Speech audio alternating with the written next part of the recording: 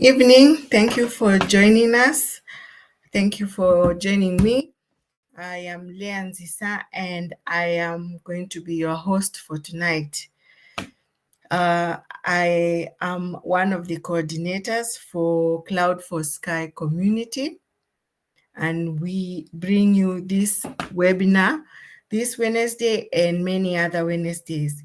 If you're new here, CloudForceSky community is a community for cloud enthusiasts. People are training in cloud engineers, developers, and we would love to have you join us. We will send you a link on the chat later during the webinar, and you can find a way to join us.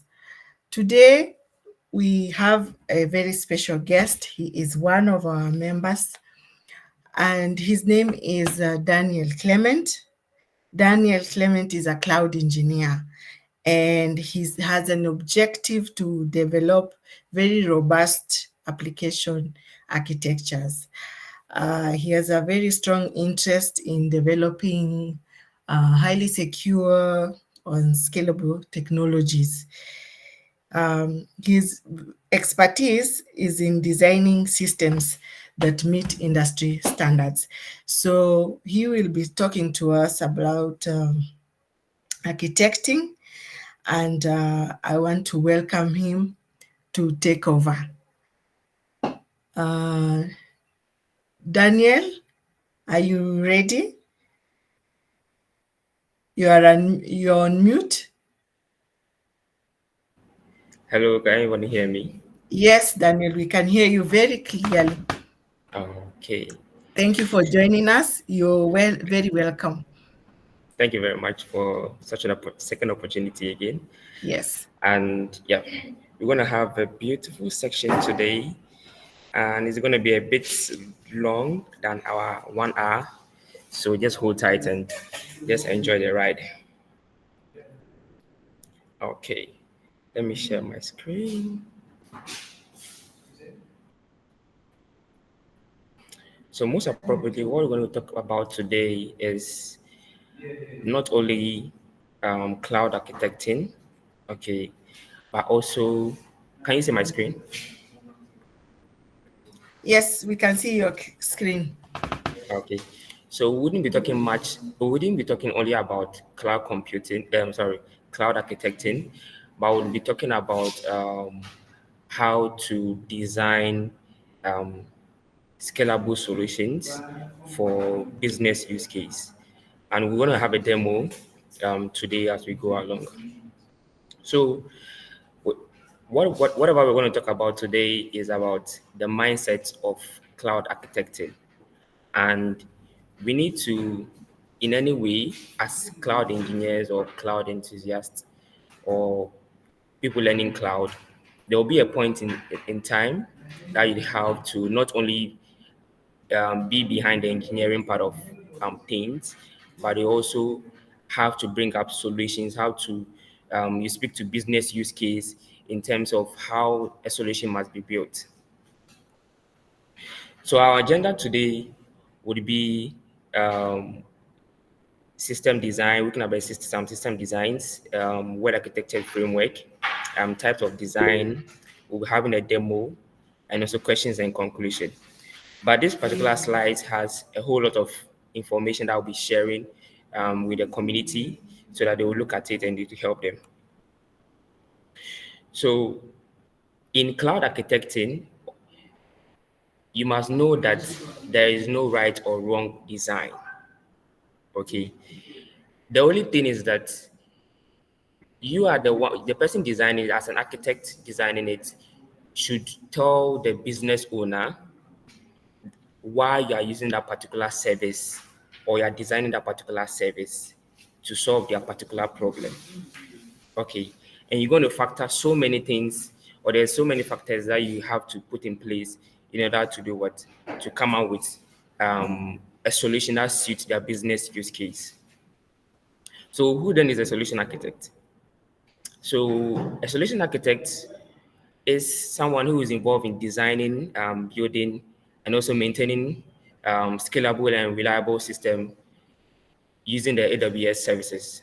Okay, and most appropriately, it varies from companies to companies. So most of the companies, some of the solution architects will be doing customer facing roles. So you're meeting with customers, listening to their problems and designing a solution just to meet that particular need. But apart from solution architect, we have an enterprise architect, we have a cloud architect, which is a bit similar to what solution architect does. We have application architect and a whole lot, including this variety. But what we are looking here is AWS call it a generalist, somebody who is a general solution architect in that field. So it means that you have a bit of every knowledge in terms of designing a solution. But when it comes to specifications, in terms of maybe machine learning designs, you'd have to do what? You'd have to go to a specialist who is good in that and they will help you with that. So, what are some of the skills and deliverables that a solution architect needs to get, or having that cloud mindset, that cloud architect mindset? You must be able to have good knowledge in system design or how they work. Okay, some Python, some programming language, maybe Python, Go, and the rest, and architectures. Okay, and you have to be able to define a solution and come up with possible solutions towards it, and also having the problem solving skills. So you have to have that practical experience of project management, not into details, but know how you're going to take the problem from the business owner down to the place where you would implement the solution. And also these are some of the things that you need to know as for your skills. And for the deliverables, you have to do what? Produce test plan that provide project feasibility and keep up to date with them. And also, most importantly, solution architect designs proof of concept. So these are the things that we'll be doing at the later end of today. We'll be designing a proof of concept concerning the challenge 414 that would help us get whatever we want, help the CloudForceSky IT team in their wanting to scale up or to solve some issues with their infrastructure. So most appropriately, we involved in documentations and also giving best requirements for that documentations. If I'm speaking too fast, just alert me, then I would know. So system design mindset. So as a solution architect or as a cloud architect or person wanting to go into this field, what you do is that you need to have that mindset of you're able to design solutions that do what? That are scalable in terms of making sure that um, there are no loopholes in whatever you are designing, or making sure that whatever you're designing is very scalable. So let's take a look at a building, this particular picture, and most appropriately, this is a picture of a building. What comes into mind is a building architect, right? And most appropriately, what they do is that you are the responsible for um, the design of the building that the person want to put up. Okay, so you must make sure that you are using the best of service in terms of maybe the cement, the blocks, the metals, the gate, and some other things that you need to know in order to make sure that your building stands firm and is secured. So with the same mindset, that is what a solution architect does. Okay. So whenever there's a problem, you would you would brainstorm either as a team, most about obviously as a team, you brainstorm, you come out with viable solutions that would make sure that it fits that business use case before you tend to do what you design the infrastructure, then you deploy it. Okay, so this is a typical example of this is just a rough sketch of a cloud architecture. Okay, so we have the availability zones there, we have the NAT gateway, we have the EC2, the auto scaling group, and the VPC. And I believe we all know what these services does. because one of the skills as a solution architect is that you have to understand each tools and what they do in order to help the business use case get whatever they want to achieve. Okay, and most importantly, as a solution architect or person wanting to design an infrastructure, you'd have to do what? Follow the well architected framework. So more or less, I call it a solution element guidelines that would guide you in making sure that you don't fall short of any let's say building materials, okay, or you don't fall short of any problems when you are designing your solution, okay, because yeah, the idea is to do what? To design a solution that scales, that is effective, that is less costly, that is secured, and that is what the solution, the well architected framework stands for. So looking at the operational excellence, what you're going to look out for when designing this solution is that you're focusing the on running and monitoring system of the infrastructure, okay, which this system also which also making sure that it continues improving the process and procedures. So you make sure that you input or you employ AWS services that would make sure that your services are running and also they are in monitoring mode, or you have something that you monitor the infrastructure. And what are some of the key aspects of this operational excellence is to automate changes. So we don't want a situation whereby things will be done manually. We want a solution that would make sure that things are automated as soon as possible. And so responding to events as soon as possible. You get it. And for the operational, for the performance efficiency, we are looking at a structure and a streamlined allocation of IT and computing resources, okay, which primarily focuses on the type of resources you are using and the size, okay, and how to optimize your workload given the requirement from the business owner, okay, and also making sure that you are maintaining that workload for it to not for maintaining that workload, making sure that when there's a problem, you're able to scale or you're able to solve the problem as soon as you can. So going on to the reliability, we are focusing on the making sure that the workload you are running, okay, or the infrastructure you are designing, um, it's required for the intended function and how it's able to recover quickly when there's a failure. So you don't want a situation whereby when there's a failure, then you probably have to go and you waste maybe a day or a week or a month to making sure that that particular service comes back to life. As soon as maybe a particular service goes down, quickly there's another service that will take in charge and making sure that that service is up for your customers to use. So that is what the reliability is looking at. And for the sustainability, we are looking at designing a solution that is environmental, that impact or environmental friendly.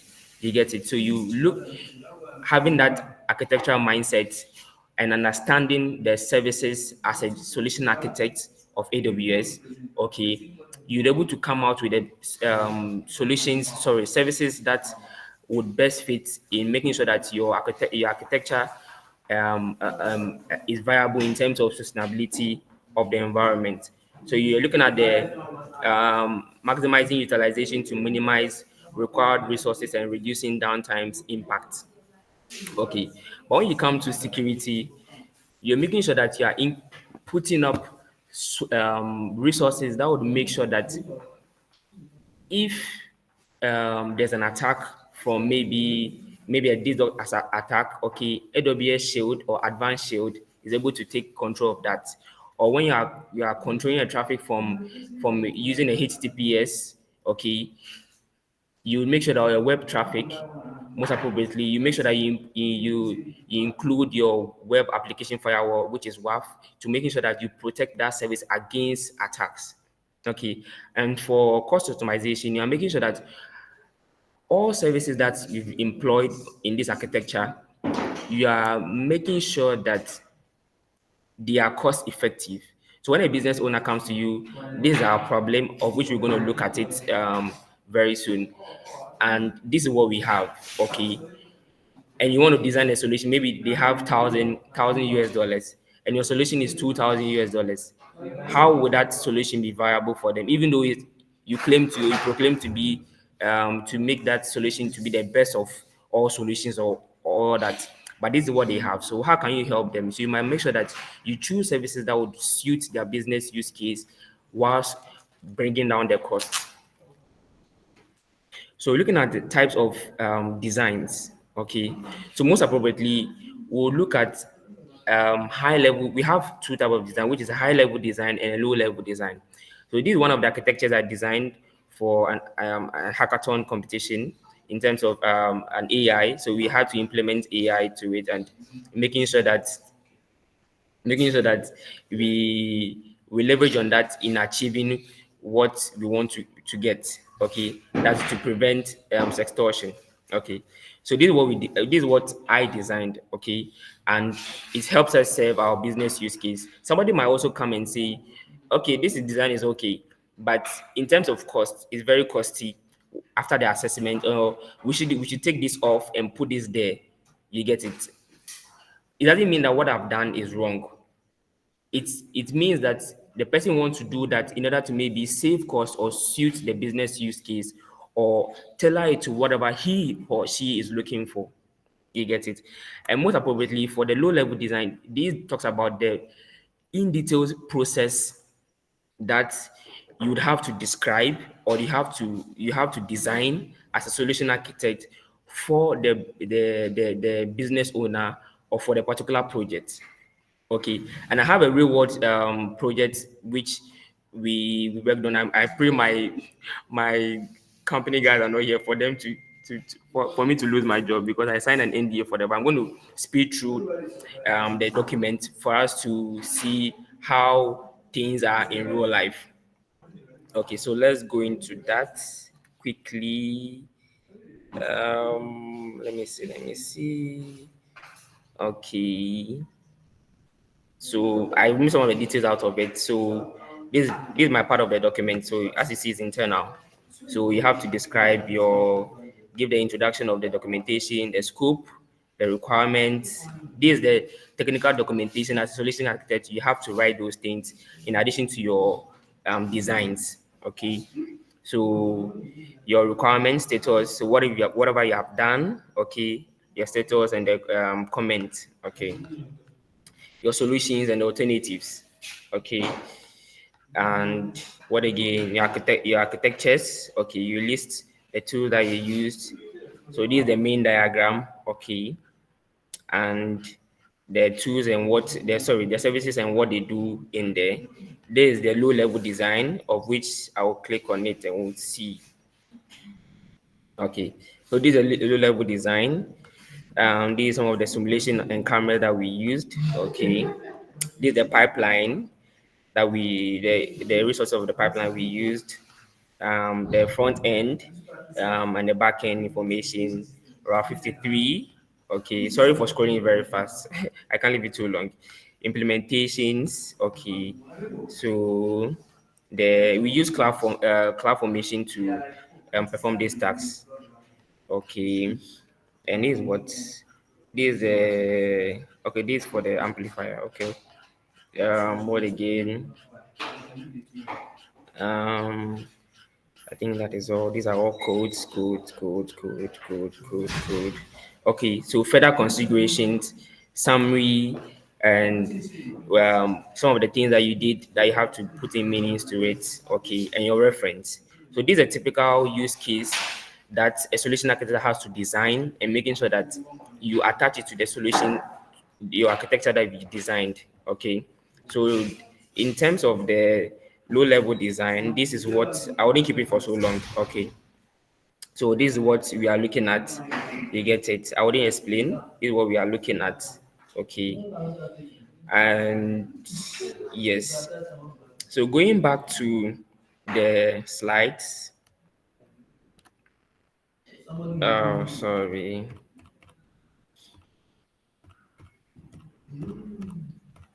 So you make sure that in a low level design, you show all the processes and methods and where the traffic passes and all that in designing your solution.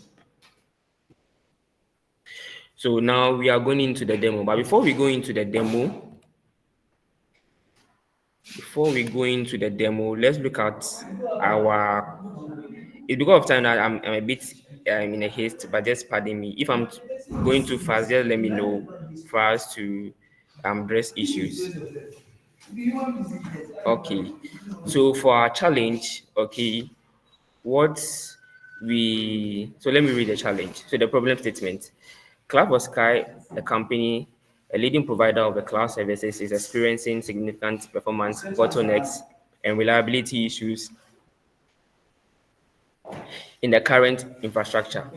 Their platform, which hosts a wide range of applications and service for clients globally, is struggling to cope with increasing demand. So these are challenges they are facing. Increasing demand, okay, result in downtime, okay, slow response times, and degraded user experience. Okay, and I think I made this challenge a bit, um, even though it was opened, even though it wasn't speaking specifically to a business use case, but it was open and it gave us some clue to what services we're going to use to help solve our issue. Okay, or so help solve Cloud for Sky business issue. So some of the key challenges they were facing was scalability. Okay, they also face performance optimization. Okay, they also face reliability and availability. So it was an issue, even though it was there. When there was an increase of demand of users, that became a problem. So if before they were using one server, okay, one EC2 server, now traffic is beyond that, and they can't handle those traffic. That means they have to do what? Go for or reprovision another service from AWS that would make sure that it handles those issues for them. So security was also an issue for them. So I might think maybe they were getting some minor attacks from hackers, and they needed to also meet compliance and also making sure that achieving zero trust in their system. Okay. So for cost efficiency, mostly thinking that also they are doing what they are running maybe in their infrastructure or in their cloud infrastructure already is very costly, and they're looking for solutions that will bring down cost in terms of what they are already using. So what is the project objective? So the Cloud for Sky company seeks to, we are looking for a solution architect that would help us in designing a scalable architectural design. Okay. So we as solution architects, we are looking for, the company is looking for scalable architectural design, performance tuning, okay, and high availability and disaster recovery, okay, security implementation, cost optimization. So as a solution architect, you would, or as a generalist solution architect, you by now know some of the services that would help them achieve this aim, even though maybe it might there will be a cost constraint concerning these things. Okay, so most appropriately, you use draw.io or Lucidchart. So one thing I've learned is that Lucidchart is very very good. Even though I use draw.io most of the time, one time I used Lucidchart, sorry, it was good. It was really really good. And most appropriately, you'd have to understand the well architected framework. So yet again, as a solution architect, we don't have a right or wrong design. It all depends on the use case to solve the business issue. Okay, so let me just open a new. So let me just cloud. If you have any question, you can ask before as we are continuing.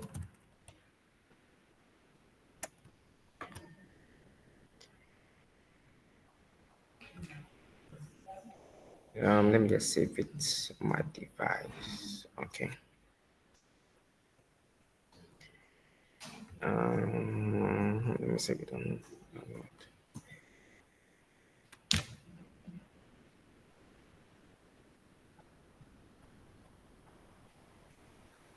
Okay, so we are going to start our design. Okay, so most appropriately for me, so when I was starting cloud architecting, okay, I started from bringing up. Oh, I still have my Azure things here. Let me go. Let me go back. Let me see. Okay. Okay. Okay. So when I was starting with solution designing, I mostly used what's it called? I started from AWS cloud first, okay, as the baseline of the infrastructure. You get what I'm saying? But later on, I came to understand that whatever you are doing is in the cloud. So as part of my innovative mindset of cloud architecting, why don't I start from the account level? Because everything boils down to the account level. So having in mind that we have the VPC in place and all that, we are still going to be on the account level. So we are taking this off. Okay, let's just remain this. It's just a change of name, and let's put this at the account. Let's say AWS account. AWS account. Okay, so some of the components that we're going to use for our today design is um, making sure that we are keeping the problem at hand or in our head. We are facing users, increasing user demands, okay, frequent downtimes, slow response times, degraded user experience. And most appropriately, what I do is that I first select the resources or the services that I'm going to be using before I start doing my sketching or putting them in place. So what comes into mind for, even though the question was really open, I wouldn't go for a container, what's it called, architecture. I'll just go for the normal, more or less. I call it traditional because I'm using EC2 and all that. So I wouldn't go for container services today. So selecting an EC2, okay, an EC2 today, okay, making sure that we are having, when you go to the groups, we'll be having um, our public subnets, okay, I like putting them somewhere, so, and also go for my auto scaling, okay, because one, they said they want to handle increasing demands, okay, and what again, okay, I think there's all for the database. Even though we didn't mention what system they were running, maybe gaming system or other system and all that, for this so that is why I'm saying the question is open again, sorry. So for this architecture, I'll be using Aurora, okay, which is for relational database. Aurora, okay, let me go for Aurora serverless, at least to cut down costs, so that I'm making sure that I am being charged according to the AUC, which is the capacity units of which I am using. So Aurora, okay, for my design. So even though it's a relational database, but they have a new service which is Aurora serverless. Okay. So for the security, um, most appropriately, we'll be going for WAF. Okay. But firstly, we'll be using our um, Shield, AWS Shield. Okay, so identity access management. Yeah, This is required. Okay. So with AWS Shield. Okay, let me put it here. Looking for my network. Where is it? Where is it? Where is it? Oh, where's my WAF? Okay, I can't find my WAF. Okay, this is my WAF. Okay, so you can deploy WAF as a standalone or WAF integrated with application load balancer if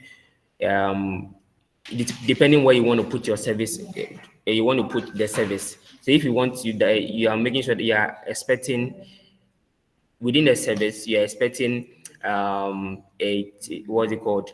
TCP and UDP, you'd probably not use application firewall, okay?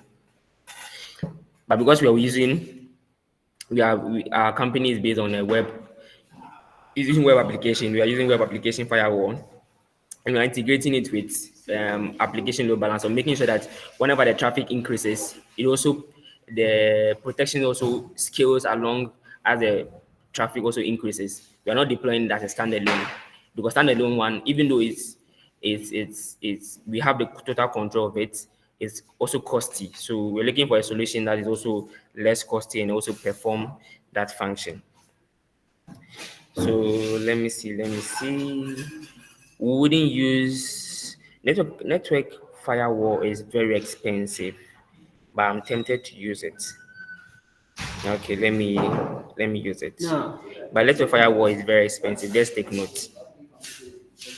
Okay, so making sure that, and they said what again, slow response time. So slow response time, you must include a CND, which is a cloud, making sure that we include a cloud, what's it called, defined networking service into it. And one of the cloud defined networking that we AWS has is CloudFront. Okay, so looking Hello, for just a minute. CloudFront. So it caches our content locally to us. Clement, And excuse. hello, Hello. yeah, please Uh, wait. Sorry for stopping you. I think I can't see anything from my side. Is it because I'm the only one getting the same issue? Or what? Hello, Are you presenting? yeah, I'm presenting. I'm coming. Sorry, I'm presenting. Then stop sharing. Can everybody see my presentation? Can you see this? Yes, we can see it. Okay, so probably he has to go back and switch. What's it called? Go back and come back again. Okay, okay. Yeah, I'm sure.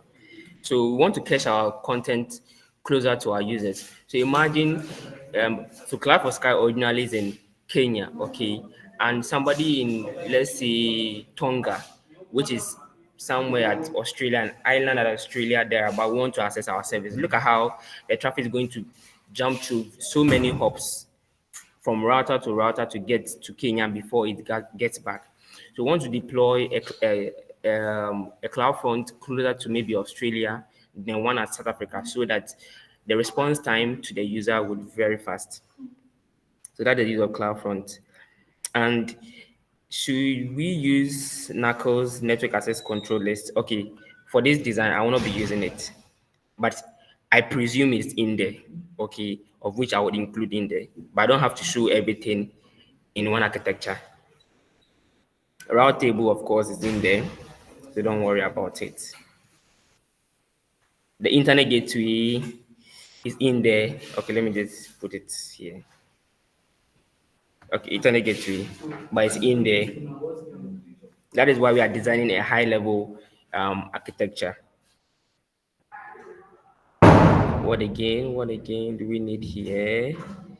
Okay, so even though I didn't state in the challenge that maybe the company has a domain already and maybe the domain is very costly and they want to bring it to AWS and all that, would most appropriately use Route 53 for this use case, presuming that the company doesn't have, or the company, presuming that the company wants to migrate to Route 53 to manage costs or to save costs. What again? What again? What again do I need?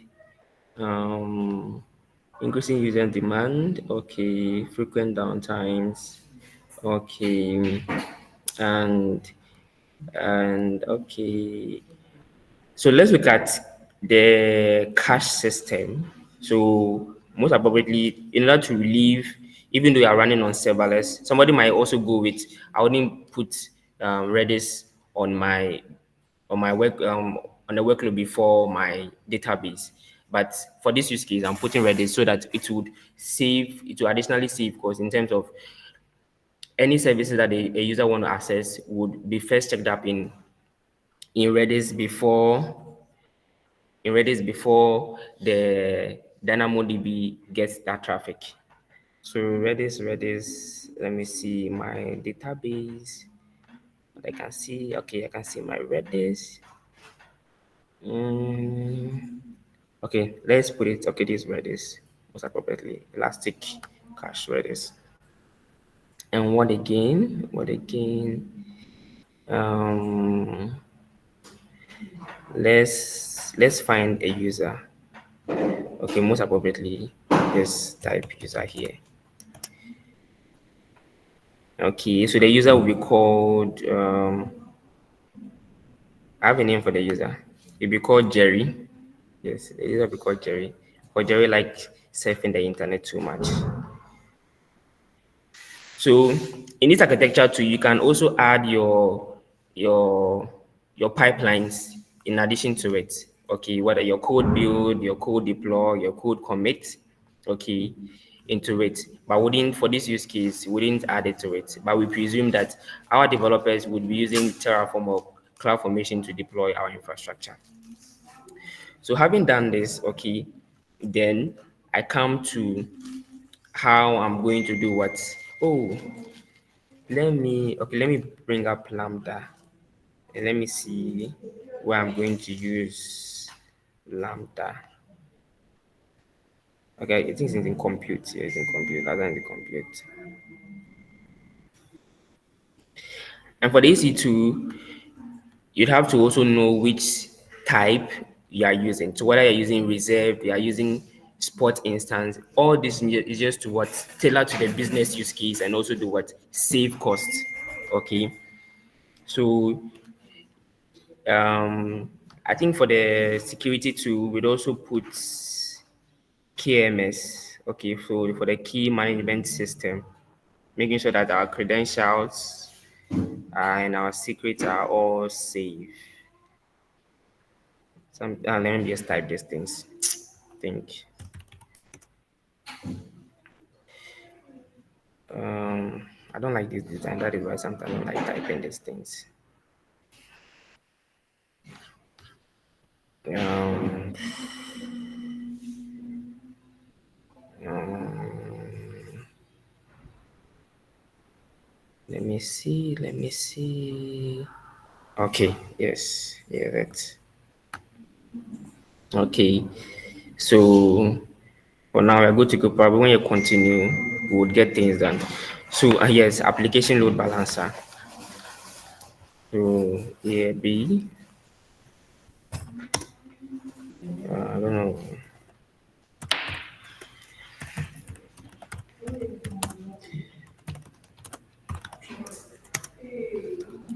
I have to spell the balancer before this thing comes. Okay, this is what I'm looking for. Sharp. And okay, we're not going for the containers. Okay, so we have our Aurora, we have our Redis. We didn't use X-Ray, AWS X-Ray for code refactory and all that. We're not going to be looking at it today. We have our CloudFront. We have most appropriately to make it highly available to we deploy it to another availability zone. Okay, and we have our load balancer. We have our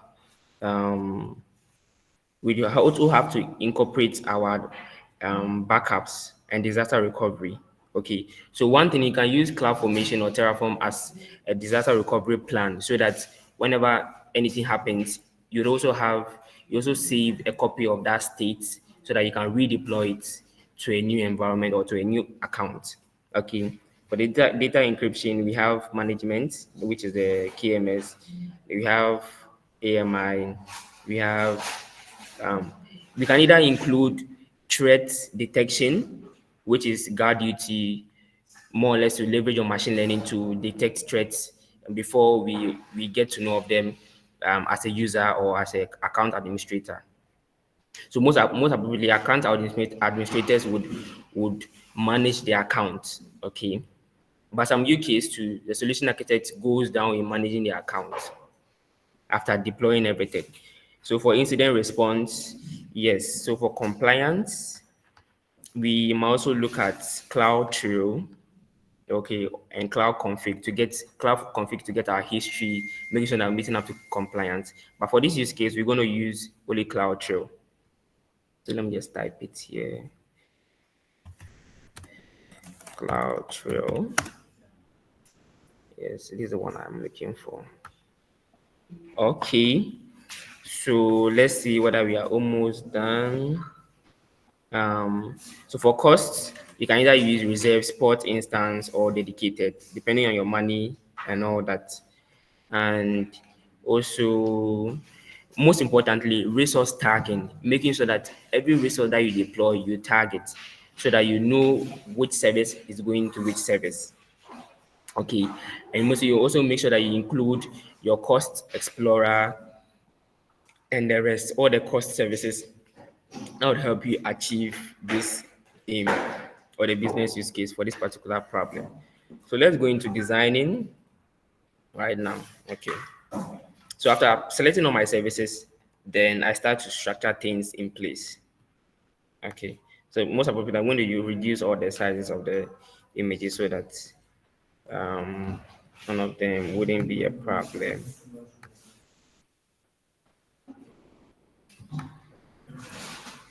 I hope my time is not eating me up. Oh, my time has ate me up. Don't worry, we'll be done with this very fast. So this is what I exactly do. So have all the services in place before I start whatever I'm doing. Okay. So um, and sometimes in defining the services, you see some of the services in some architectural design. When we have the cloud, we have the VPC and all that. You see, some of the services will be outside the VPC, some of them will be inside the VPC and all that. You get it. As a cloud architect, you have to understand or you know which place your what's it called, your service will be placed. Okay, correctly placed. Sorry. Okay, so we're going to place our CloudFront in here. Okay, I think we missed one thing, which nobody told me. Our famous S3 buckets. Our famous S3 buckets. So the S3 buckets here would cache the static content, most appropriately from our website, where our CloudFront would pick it up from. Okay. So let me just where should I put this? Okay, let me just put this here. Let me just put this here. Okay, and the user will be outside. So the user is for this one. I have to write his name, Jerry. Okay. So So apart from the RAV 53, there are so many mechanisms. You have to make sure that you include your ACM, which is your certificates, into your RAV 53, but we wouldn't show that. We presume that it's inside already. Okay. So we have it here. Okay. We have our buckets here. Okay. Our internet gateway would be here. Okay, making sure that the infrastructure, the account has an internet. Okay, and we'll make sure that our AWS Shield is also what protecting the account. Okay, I can decide to put it within the infrastructure, but just want to put it here. Okay, in this particular use case. What again? Oh, okay. So our ALB, which is the application load balancer, which is taking in charge of our traffic, would be here. Okay. Then the WAF will be integrated into it. So the IP denial list, IP block list, everything is here. So let me make it small. Let me just put it inside. Or let me just put it inside. Yes. Okay. Let me just put it inside so that you know that it's integrated into it.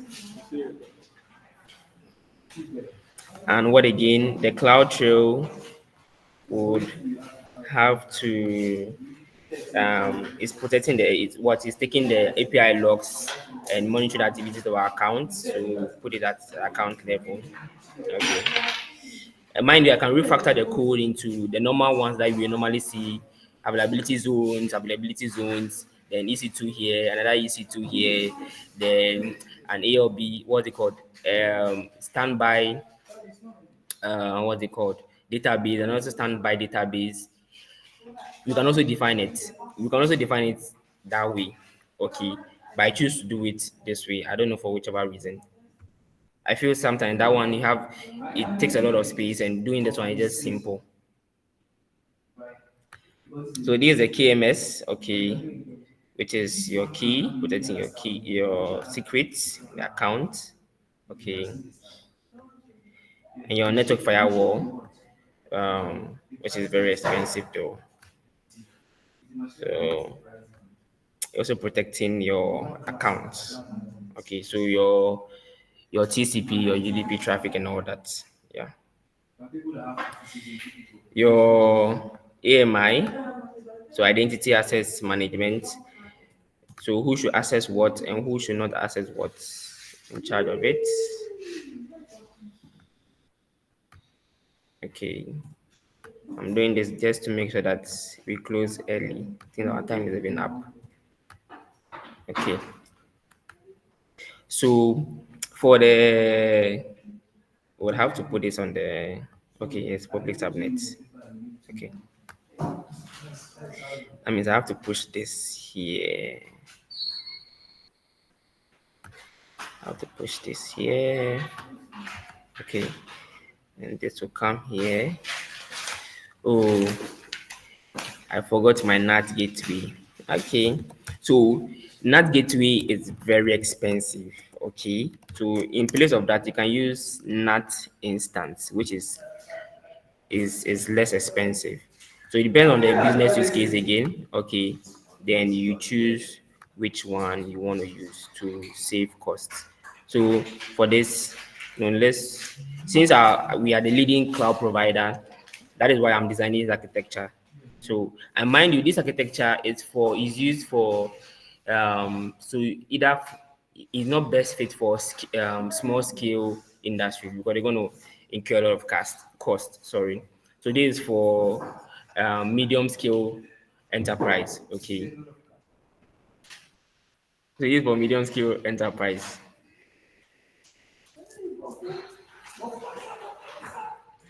So that is it. And for I forgot to bring our private subnet. Private subnets, yeah.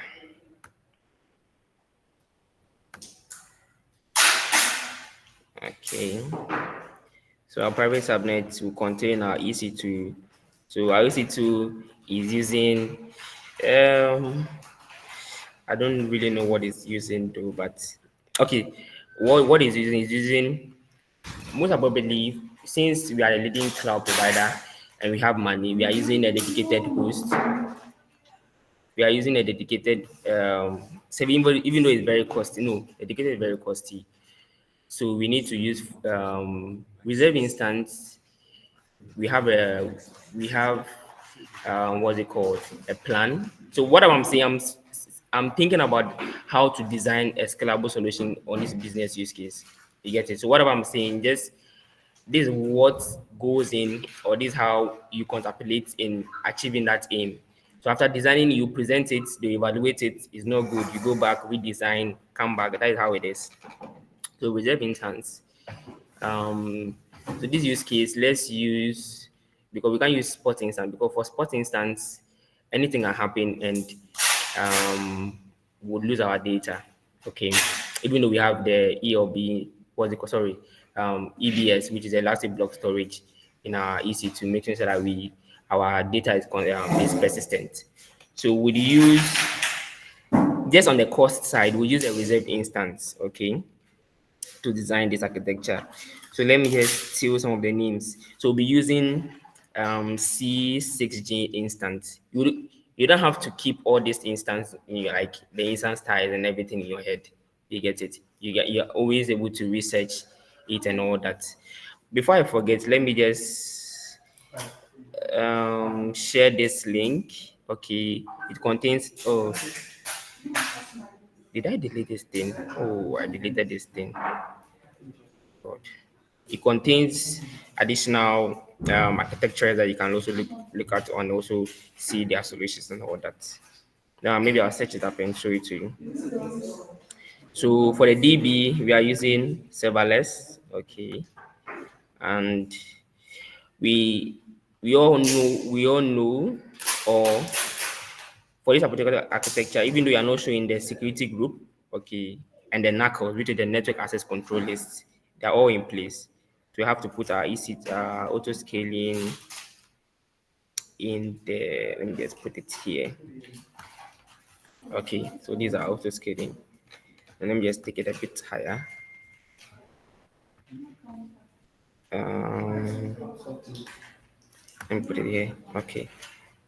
And let me put, these are elastic cache to um,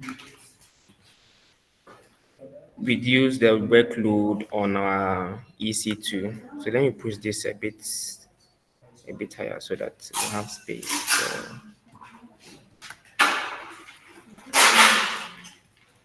we can still okay, we can still extend this thing. We can still extend this thing. Yeah. Um, we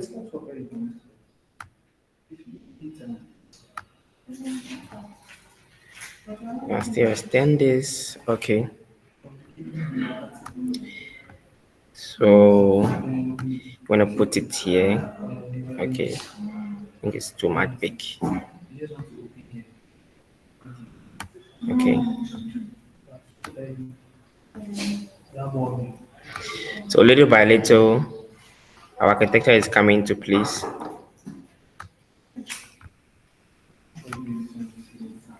Why this thing shifting back? This is some of the reason why I hate using draw.io. It is not really convenient. Okay, what again? Lambda. Okay, let me see where lambda will fit in. Um, to automate which process do we have to automate in terms of okay, so lambda would make sure that whenever there's an issue with our system, okay, it will do what? It would raise an alert to either the cloud administrator or what's it called, to get real-time information. Talking about real-time information, I didn't include CloudWatch for visibility.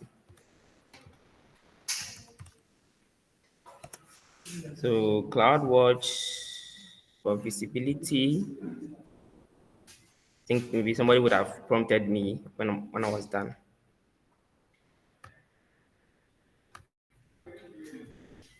So put CloudWatch there. I'm just saying again, I can still redesign this architecture on a different level. You get it? Yes. So what again? Um, um, um, um, um, um. Okay, the buckets come here a bit bigger, scalable. Okay, so let's start doing the connecting before maybe something comes in mind and I would include it. And let me just put this thing here. Okay, so user Jerry, okay, access using our access our website. That's the reason why I hit. Okay, let's use this like that. Okay, on the Route 53, it hits the cloud front, check whether the content is being cached locally there. Okay, and most appropriately, it picks it from the buckets. Okay, and saves to the user. And further on, okay, it also does what goes to the application load balancer, okay, in distributing traffic. Okay, you'll see that the EC2 here is one, but since we have auto scaling in place, we're able to scale up to different, we're able to scale up to multiple server. And put in mind that because of time, but we also replicate this same architecture for multi-easy or multi-availability zone. So you can make this multi-easy and also multi-region. So you can make this a primary region and the rest a secondary region, whether using the code backup or hot backup or maybe a one backup. Okay. So gets to our public subnet, which contains our NAT instance, oh, NAT gateway, sorry. And the NAT gateway also points to our EC2, okay, which is our backend. You get it. And most appropriately, we have what's it called? Points to when we don't find our information there, points to our Redis, okay. So, but we still have our EBS, the elastic block storage in place in our EC2 to save, um, to persist user data or customers, the data of, yes, okay. So the Lambda function here would most appropriately be integrated with our server. Okay, because that is where most of our workload is getting our the response from. Okay, so don't mind my arrows. Okay, um let me get another user here. Let me just type user first. So this user is called Michael. So Michael is a cloud. Michael Akwete is called. He's the cloud. Sorry if I don't pronounce your name right. And Maureen. Okay, so Michael is in the same department. Maureen. Okay, and Evans too. So they are the cloud engineers. Okay, and Michael the cloud administrator. So Michael also has an IMM rule to be able to receive only Lambda, what's it called, requests. So with Lambda, what's it called, um, messages concerning the states of the EC2, and it does that using the SMS. Okay, you can use AWS SMS. Where it comes. Okay. So the simple notification is what it does with it. So either ways, we are taking this off. Okay. And we are putting this here and it goes to Michael. Okay. Let me see if there's any other requirements that I need to fulfill before we call it.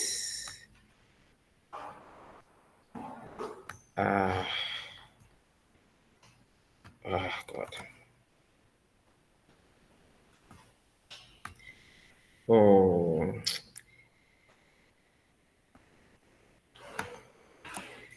this thing. Let me just take out this arrow. Why is this thing misbehaving?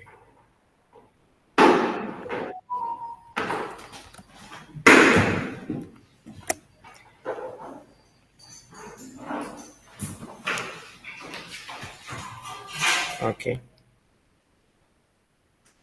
Just put it here like this so we can see it very well. So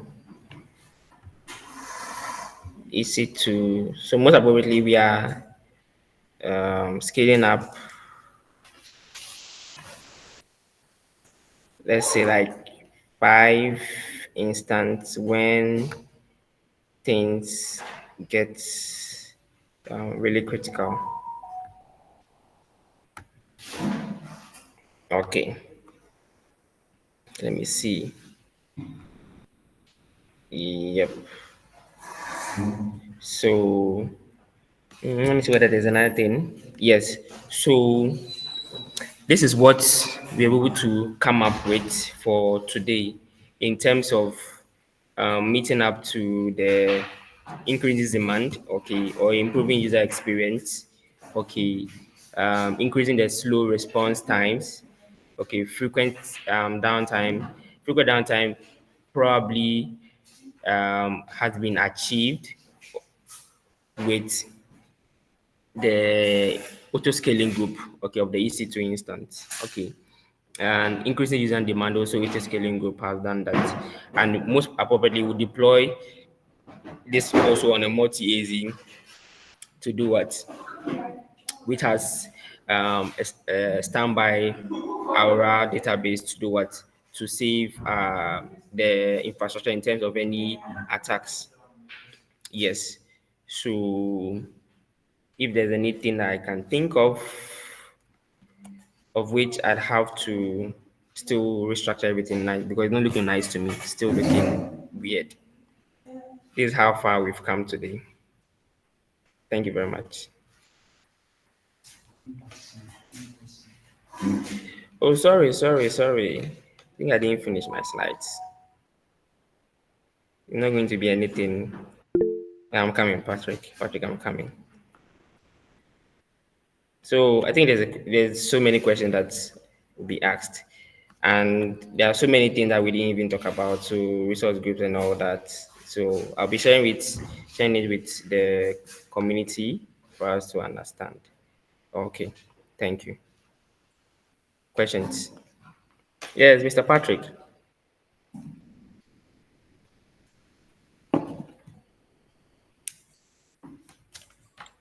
Yeah, Hello, so Mr. I understand that you said there is no perfect design for cloud infrastructure, but again, you said there are those best practices according to a well-architected framework.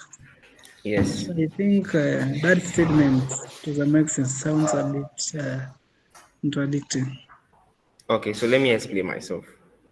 Okay, so let's do this.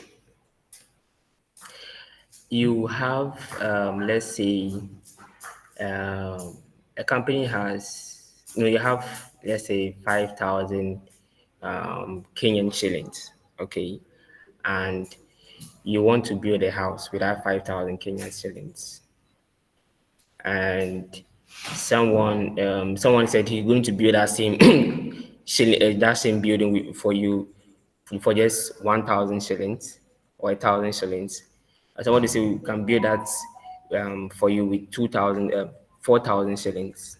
Okay, that doesn't mean that what's it called, as part of the bidding process, that doesn't mean that they wouldn't do a good job. Okay, so the well architected framework is helping you choose the right service in achieving that architecture you want to build, which is scalable and all that. But yet again, you choose a particular service, and somebody will come and tell you that what you've done is okay, but there's too much cost in it. Okay, because let's say you've designed everything and you've done it, maybe reserved, your instance are reserved. Somebody will come, but this the business use case, there's so much traffic and all that. Even though reserve is what's it called? Is best. Why don't we put it at a dedicated what's it called instance? Because now we have total control of the service. We can receive traffic from maybe from now to whenever we want it in achieving our goal. Are you getting what I'm saying? Hello, Mr. Patrick. Yeah, I'm Are you getting. I'm okay? getting. Yeah, I'm okay. Yes. Or should I add any additional thing to it? If possible, you can. Okay. So let me make a new another scenario. You are using Lambda, okay, for your maybe your small what's it called? Your small infrastructure or your small website to run your websites. Okay. Lambda is good, it's serverless, you get it. But somebody will say, you are just using a small website. Why don't you host it on what's it called? Um, S3 buckets, which is way cheaper than Lambda in terms of maybe the more the user would interact with with a section of the Lambda. And mind you, too, Lambda has a limit of 15 minutes. So you get it. Even though it's the best solution for that job, it also has there are also setting service that would also counter it and making sure that you achieve whatever you want to achieve. You get it. And also somebody will also come up with, okay, you are using it, why don't you use AWS Light? It's called what? Is it Light Trail or Light Sail? I've forgotten the name. It also is also good. So it hosts your web app application. Or somebody will say, why don't you use Amplifier? They are all good, but what are you looking for? You are considering costs into it, or you are considering other functionalities in terms of, I want it to be integrated with maybe CI/CD pipeline. S3 bucket cannot be integrated with a CI/CD pipeline in this use case. For your simple website, you get it. Get it from this point. Don't get it from a bigger point. But for Lambda, what they call for amplifier, you're able to seamlessly integrate it to what CI/CD pipeline. So these are some of the things that you'll be thinking, or somebody will come and redesign your architecture, not thinking that what you've done is wrong, but just to make sure that they are improving on services. You get it?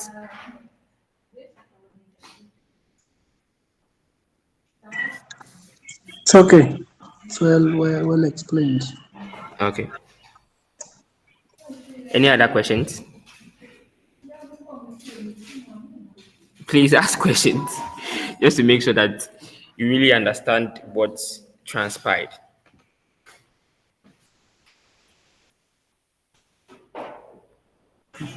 Guys, just unmute and ask any question, or if you can share in the chat, he's here to answer the questions. Okay, I think the document I've found is, let me just post it in the chat. Yes, don't worry, I will share the presentation slides to you guys. Don't worry. So I've sent it. Yes, there's a okay. Elizabeth, please, can you ask a question?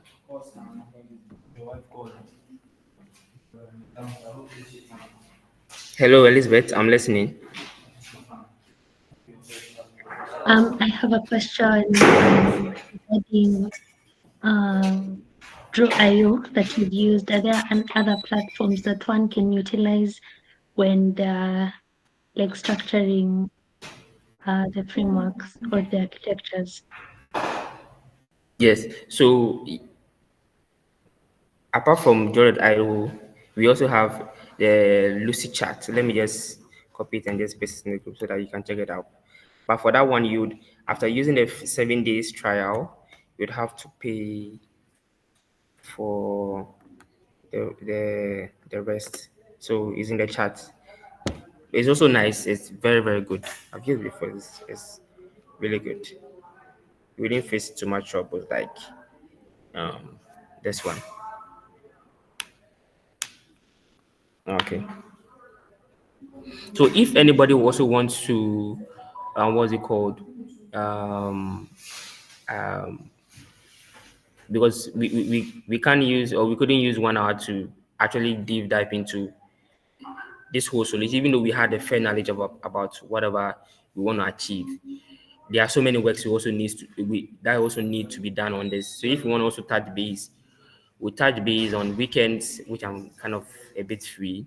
Then would redesign the architecture, of which I'm not saying this is not good, but it's not looking nice to me.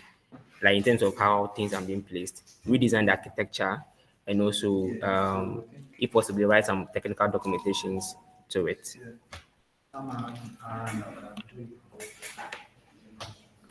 So, any further questions before we sign out? Or let me ask questions. I know we don't do this in the community, or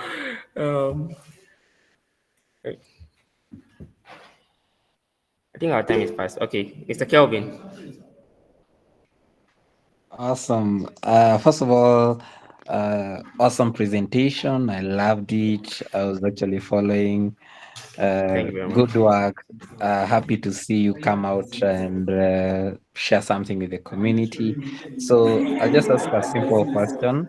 Okay. Just you already know any architecture, whether any cloud architecture serves a dual purpose. First of all, is to make the customer understand the solution you're building for them, right? And then Okay. also it is also used by the developer to implement their solution, right? That Sure. is, the Sure. architect does it, then they share the architecture with the developer, then the developer or the Sure. engineer implements it. So my question is like, should you have two separate architectures? Because maybe for a customer, they wouldn't want to know how you're going to do the subnetting. They don't want to know all the full implementation details of how things should be. But then again, for the developer, they need to understand the context of the architecture without calling Sure. you all the time and this. So what do you recommend, or in terms of your experience, should you have like two sets of architectures, one for a customer that is maybe high level and another like a deeper level architecture, or should you try to find a balance of both or something? So what's your take on that? Okay, thank you very much. So, for my personal experience, I wouldn't say, should I say me? Okay, what I normally do, even though we have a solution architect, of which I'm studying from, what we normally do is that in presenting a solution to the customer, most appropriately to their team of experts, of experts of which the company have, we um, do a high level design, and since we are meeting with the technical team, okay, we do a high level design, and also, go a bit into whatever we we intend doing, for them to do a proper assessment whether it's viable in that direction to help their business use case. But for the business owner, what we normally do, so we have two architectures, okay.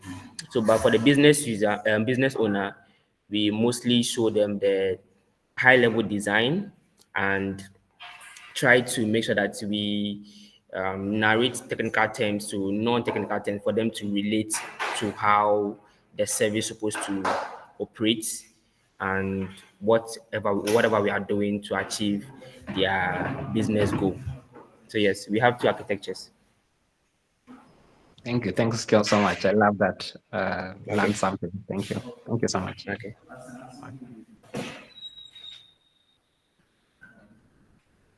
Any other questions?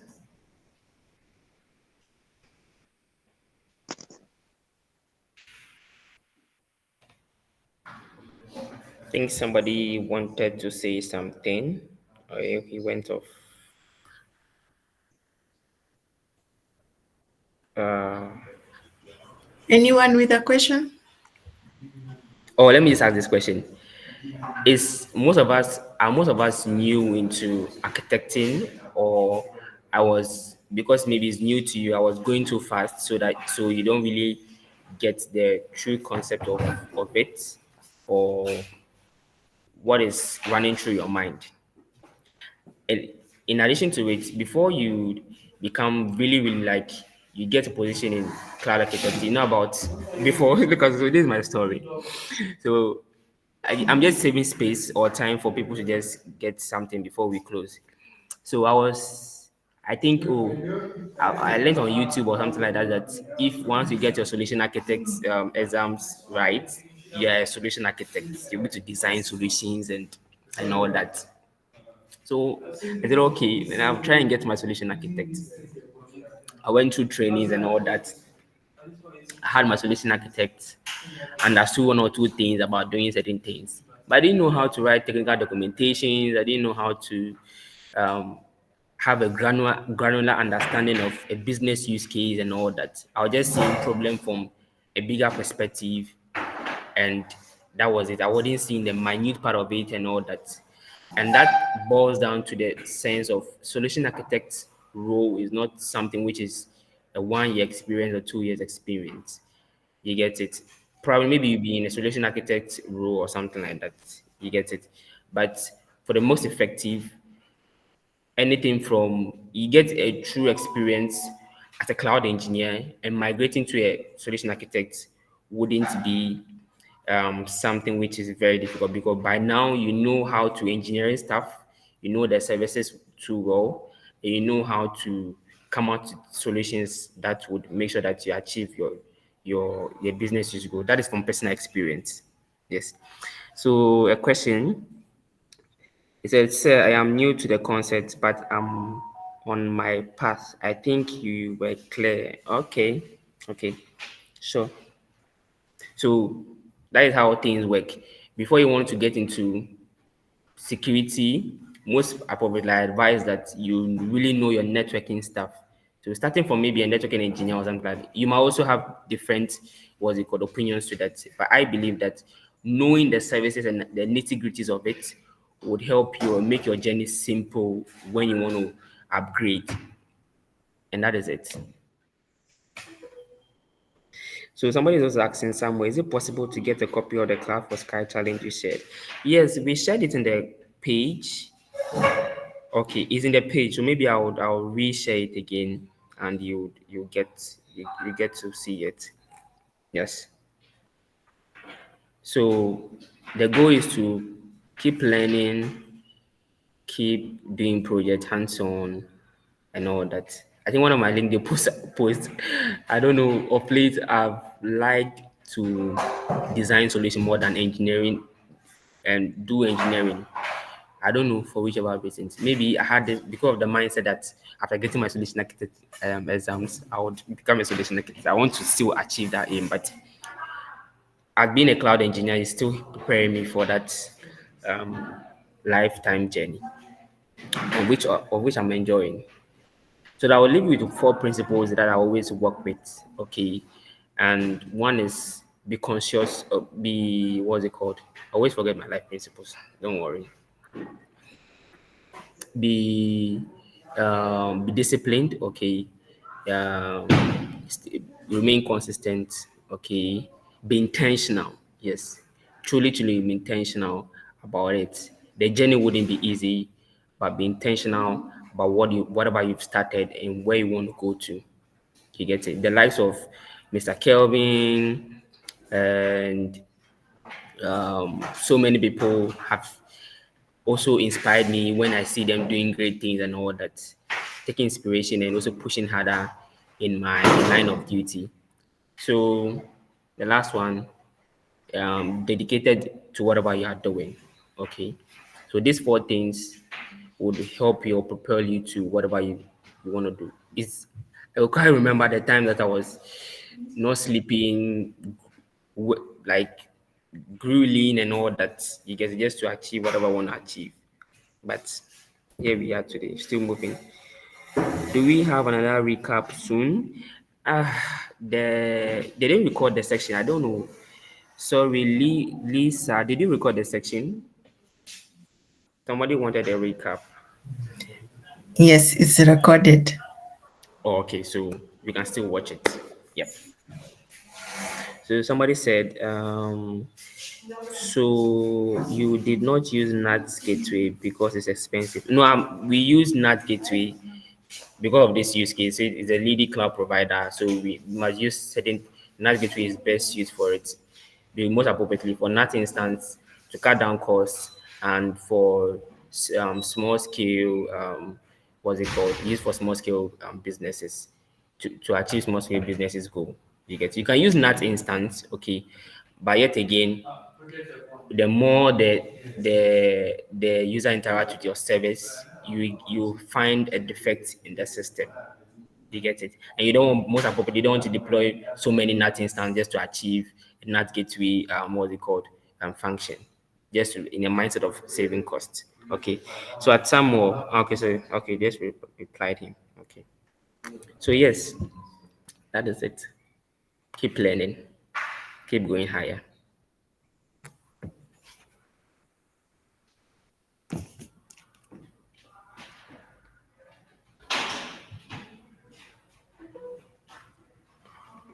Okay, please, I'm done.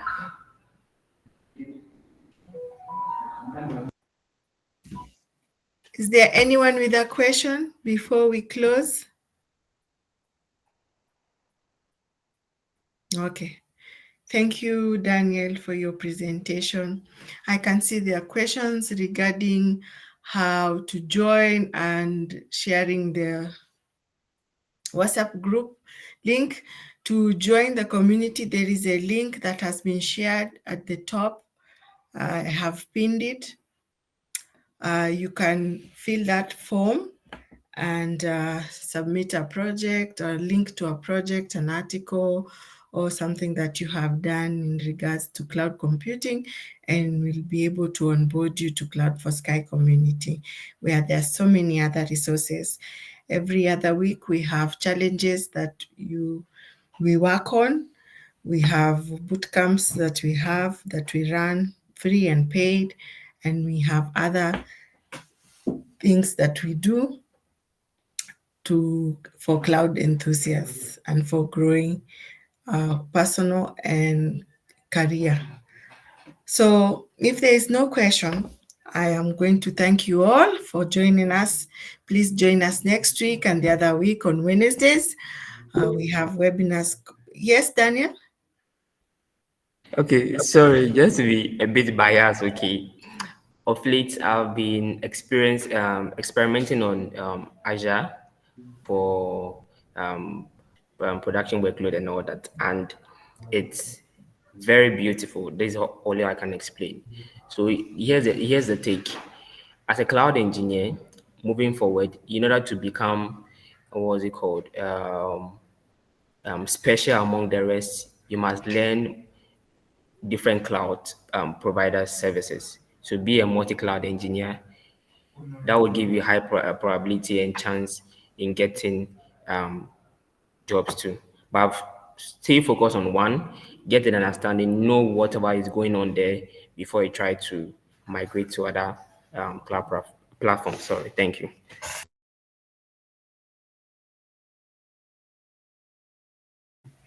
Thank you, Daniel. It's really appreciated. Please take his advice to heart. If there are no questions and no comments, I'm going to close this session, and I hope to see you next time when we have another session. Look out for the next session on our LinkedIn page and our Twitter chat. So this is bye-bye. Have a lovely evening.